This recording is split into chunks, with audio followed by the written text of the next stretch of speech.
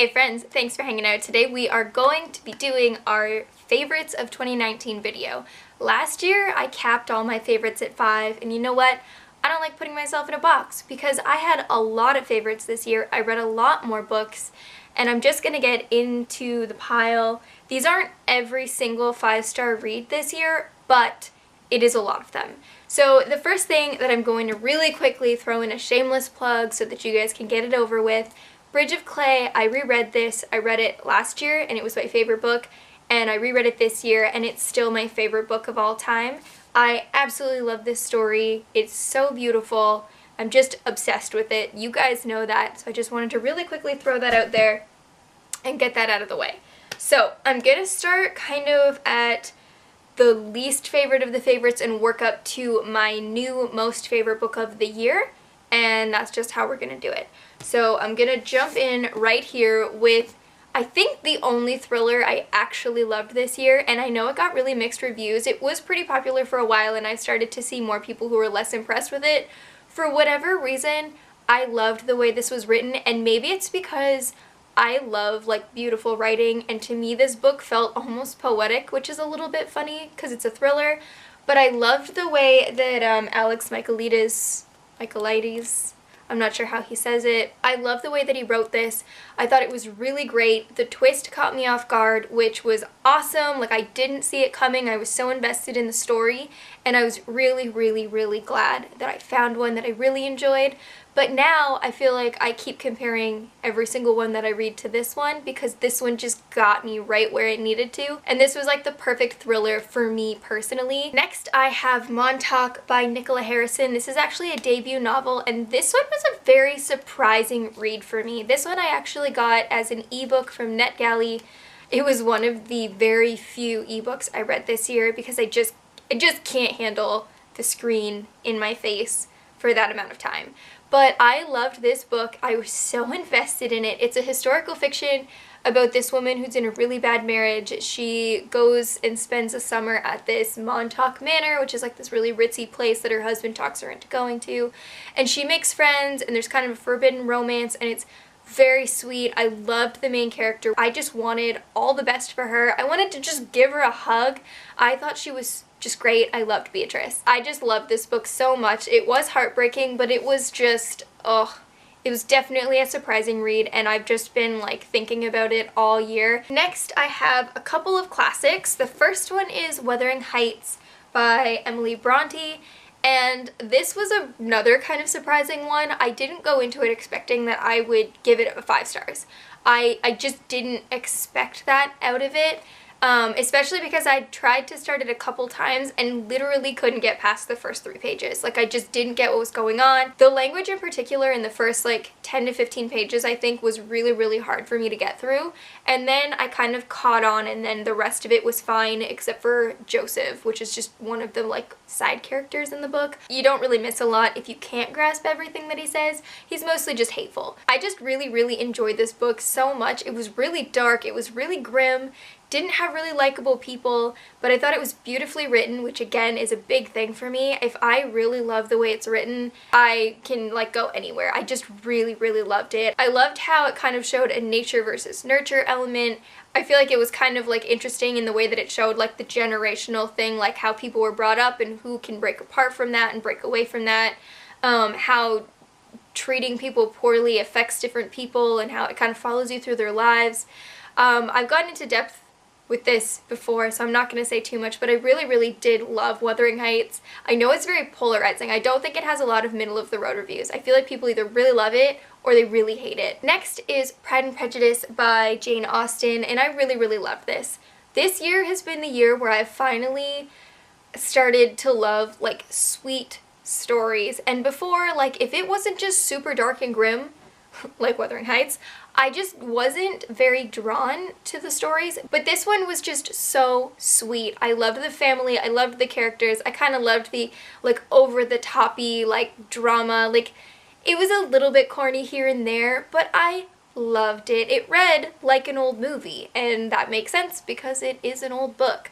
But I really, really loved Pride and Prejudice. I loved the characters. it was such a good time, and I loved Mr. Darcy, and Oh, such a good book. Next in the stack, I have a couple of Brandon Sanderson. The first one is The Well of Ascension, and let's be real, the whole Mistborn trilogy was like a favorite series of the year. I really, really loved all 3 books. I gave them all 5 stars. That being said, if I had to pick a favorite of the 3, book 2 has my favorite character of all time in it, and I can't say who that is because spoilers, but it had my favorite side character ever in it. I thought that this book was so brilliantly done. I wasn't bored at all. I loved it from start to finish. I just ate this one up. I felt like the 3rd one had a little bit of a lull in the beginning and then it picked up at the end. And the first one I just thought was pretty good all the way through, but this one was definitely my favorite of the 3, hands down. Really great. And then I also have The Way of Kings. How could I leave this out? It was so good, and I love Kaladin, and I have no idea where the story is going because I haven't read the next 2 books yet, but I thought this story was really well done, especially like the imagery. Like, there are illustrations, it'll take me forever to find them because it's massive, but there are illustrations throughout the book, and I loved that the way that creatures and things were explained literally looked the way in my head as they did when you finally came across the picture on the page, which just goes to show that Brandon Sanderson put so much effort into making sure that you understand this world. And reading this reminded me so much of the movie Avatar, like the one with the blue people. I know Avatar is like another thing, but that movie, which also reminded me of Ferngully, it just reminded me of that world, and it made me want to live in it. And like, I remember I saw Avatar like 2 or 3 times in IMAX, which I never go multiple times to movies, but every time I left the theater, I just felt sad that I didn't live in that world, and that's kind of how I felt about this book. Not necessarily about what's going on, because it's super war-y, but just the beauty of it and the way that everything is like depicted, and just, oh, it just seems like such an incredible place to live. And this isn't something that usually gets me going in a book. Like, I'm not usually like, oh my goodness, the atmosphere is so cool, but this one I loved, and I thought the characters were interesting, and Brandon Sanderson writes in a very like, not simple in like a bad way, but very simple, easy to absorb way where the story didn't feel nearly as long as it actually was, and I just loved that, and I just ate it up. Next in the pile, I have 3 Frederick Bachman. I can't help it. I couldn't just pick one. People always say like, what's your favorite Bachman? And I would usually say, and every morning the way home gets longer and longer, because I cried so many times in that short 70 pages that just blows my mind how much emotion he could evoke for me in such a teeny little novella. When it comes to his novels, I have a hard time picking a favorite. I think if I had to pick, probably A Man Called Eva, but it's honestly, these are probably kind of tied for me just because I loved them both so much. Anyway, hopping into like my 3rd, I'm trying to do like air quotes with a 3. Us Against You was fantastic. These were all 5 stars, so really being the lowest 5-star isn't like a thing. I don't know how to explain that, but Us Against You, it was so amazing for the 2nd book in the soon-to-be trilogy. I loved Us Against You. I can't say a whole lot because it is the 2nd book in the series, and I don't want to mention any names in case that spoils like the 1st book. If you haven't read Beartown, it is really, really great. Obviously a trigger warning for rape, because that is what the 1st book centers around, and like the division of a town, morals, all that stuff. This is the 2nd book in that trilogy. So impactful, so amazing, and it just makes me like pine for the 3rd one because I want to know how it's gonna end. And the 3rd one is called, and again, I can't remember, something about fire. People who walk into the fire, people who walk towards the fire, something about fire. And I noticed reading this book, and I don't know if this was on purpose or planned or whatever, but I did notice there were a couple references to fire in this book, and so I'm wondering who it's gonna follow in the next one.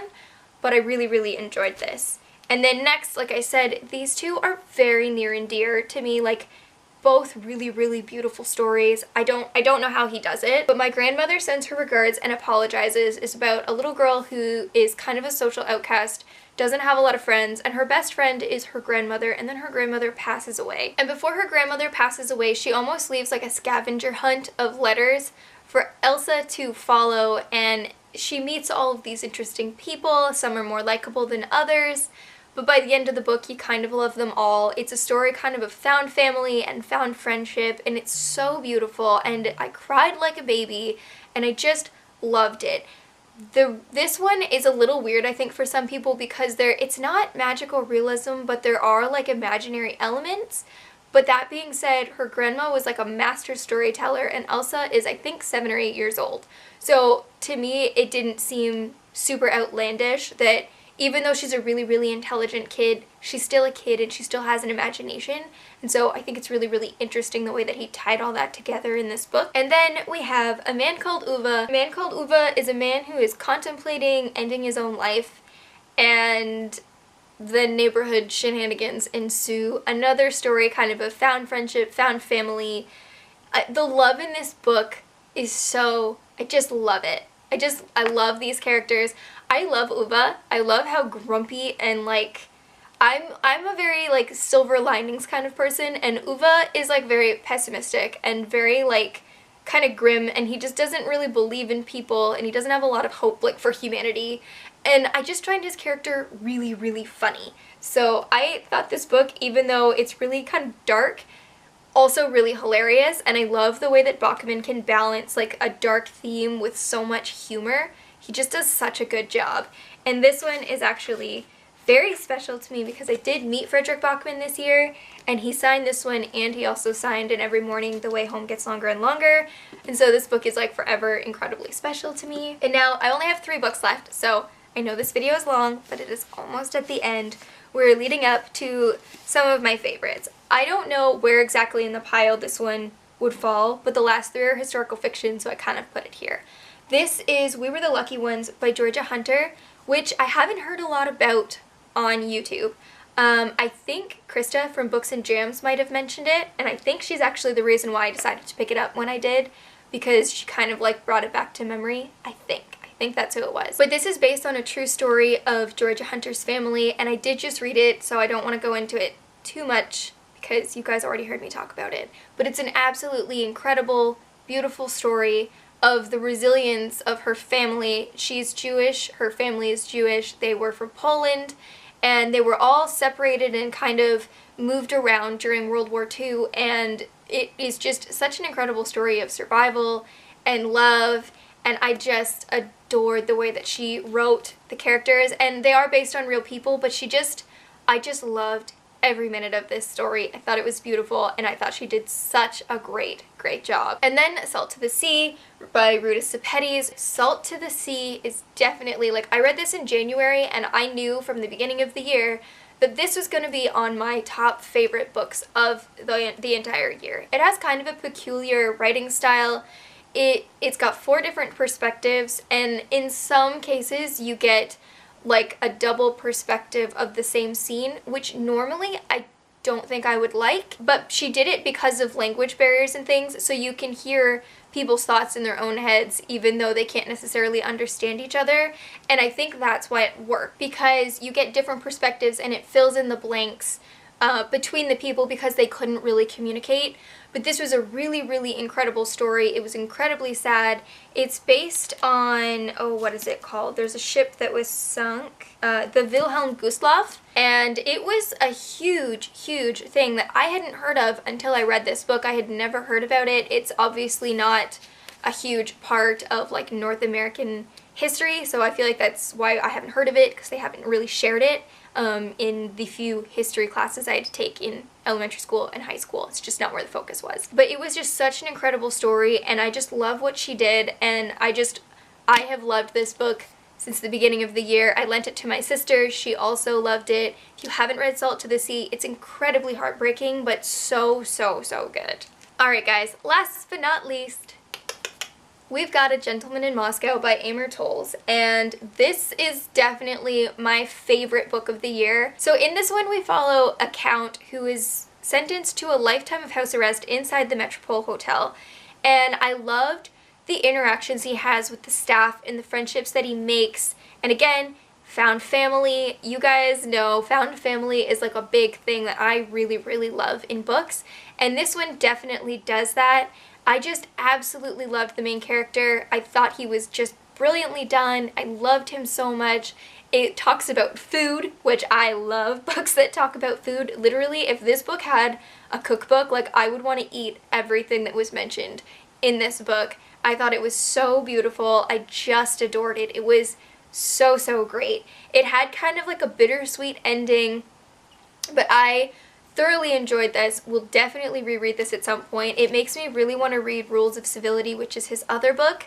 I have no idea if it's like this one or not, but this one was just so beautifully done, so quotable, had so many like thought-provoking moments in it. I just loved it. I actually buddy read this with my friend Amara, and we both loved it so much. It was so great. It was just, oh, fantastic. Love, love, loved this book so much. Anyway, those are all my favorite books from 2019. I know this list was a lot more extensive than it was last year, but like I said, I don't like putting myself in a box. I just wanted to share all the best books that I read this year with you guys, and I hope that you guys enjoyed this. As always, don't forget to leave me a comment down below. What were your favorite books this year? What books got you really excited? Did you find any that you weren't expecting to love as much as you did? While you're down there, don't forget to hit subscribe if you haven't already, and the bell so you don't miss future notifications. Thank you so much for watching, and I will talk to you guys all next time.